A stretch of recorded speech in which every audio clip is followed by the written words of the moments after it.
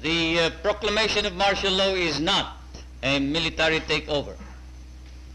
I, as your duly elected President of the Republic, use this power which may be implemented by the military authorities, but still is a power embodied in the Constitution to protect the Republic of the Philippines and our democracy.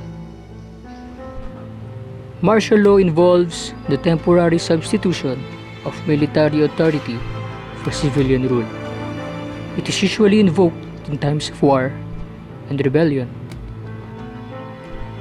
Ferdinand Adralin Marcos was the first to declare martial law in the Philippines.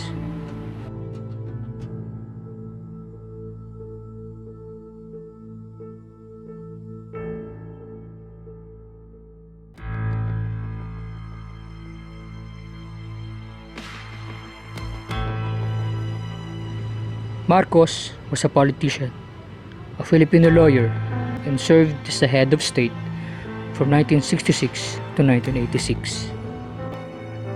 He is widely known as a Filipino dictator who established authoritarian regime in the Philippines, which had become bombarded with crimes and corruptions, and for the suppression of democratic processes. His political career started when he was elected as a member of House of Representatives in 1949.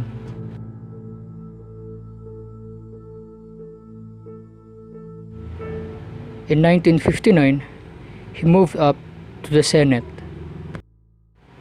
and consequently hereafter, in 1963 to 1965, he served his political career as a Senate President of the Philippines. In 1965, he broke with the Liberal Party after failing to win his party's presidential nomination and immediately ran as the candidate of the Nationalist Party. And in December 30 of the same year, he was elected as the President of the Philippines.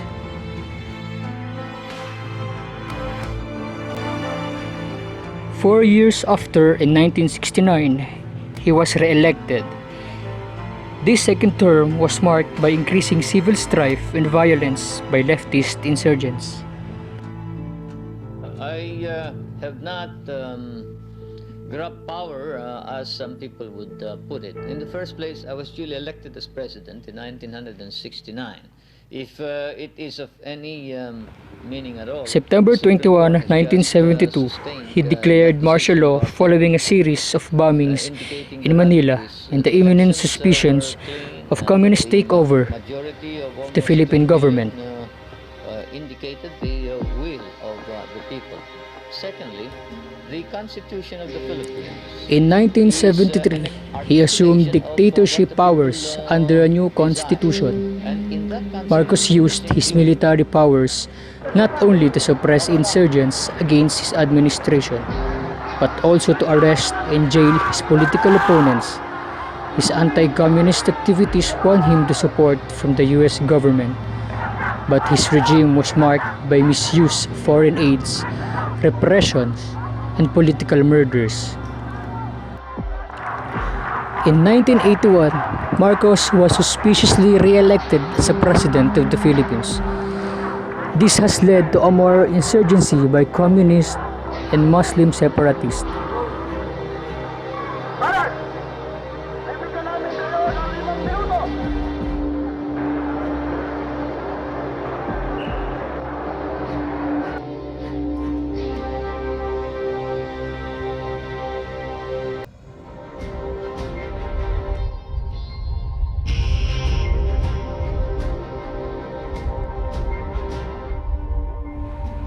August 21, 1983, Benigno Aquino Jr., his old political opponent, returned from exile and was assassinated by military agents of Marcos as soon as he stepped off the plane.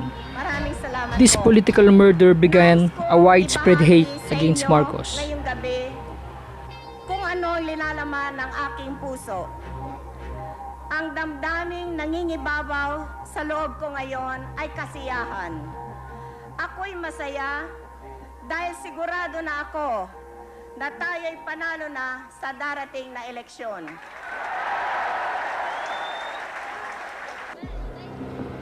In 1986, Marcos agreed to hold a new presidential election. This time, Aquino's widow, Corazon Aquino, ran for presidency against him. Marcos was declared president, but independent observers charged Marcos' regime with electoral fraud. Aquino's followers declared her as a president of the Philippines. I hereby proclaim Ferdinand E. Marcos as the duly elected president.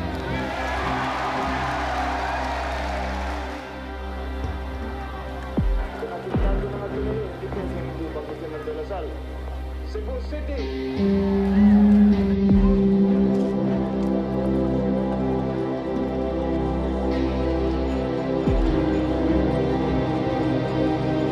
The People Power Revolution, held on February 25, 1986, has made Marcos and his family fled to Hawaii from the presidential palace.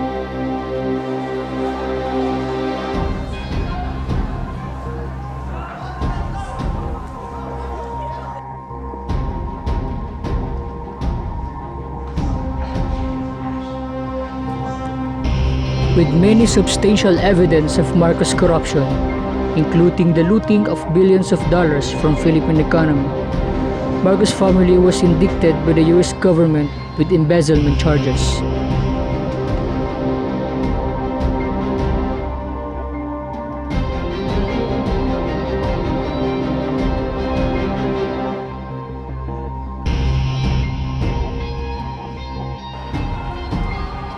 In September 28, 1989, Ferdinand E. Marcos died at the age of 72 in Honolulu, Hawaii due to kidney disorder.